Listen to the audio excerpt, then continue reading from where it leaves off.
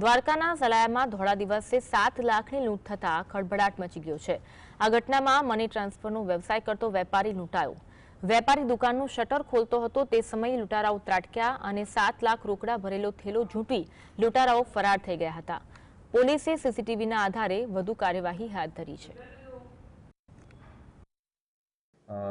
બે શખ્સો અજાણ્યા જેમ બાઇક ઉપર આવેલા હતા તેમણે તેમની નજર ચૂકવીને એમની પાસે રહેલો થેલો બ્લેક કલરનો તે પડાવીને તે ચીલઝડપ કરીને બાઇક પર બેસીને ફટાફટ ભાગી ગયેલ હતા। જે બાબતે હાલ સલાયા પોલીસ સ્ટેશન ખાતે ગુનો દાખલ કરવામાં આવેલ છે। તેમજ આરોપીની અમારી પોલીસ જિલ્લા પોલીસ તેમજ એલસીબી એસઓજી અને સ્થાનિક પોલીસની અલગ અલગ ટીમો બનાવીને એનો શોધખોળનો પ્રયાસ હાલ ચાલી રહેલ છે।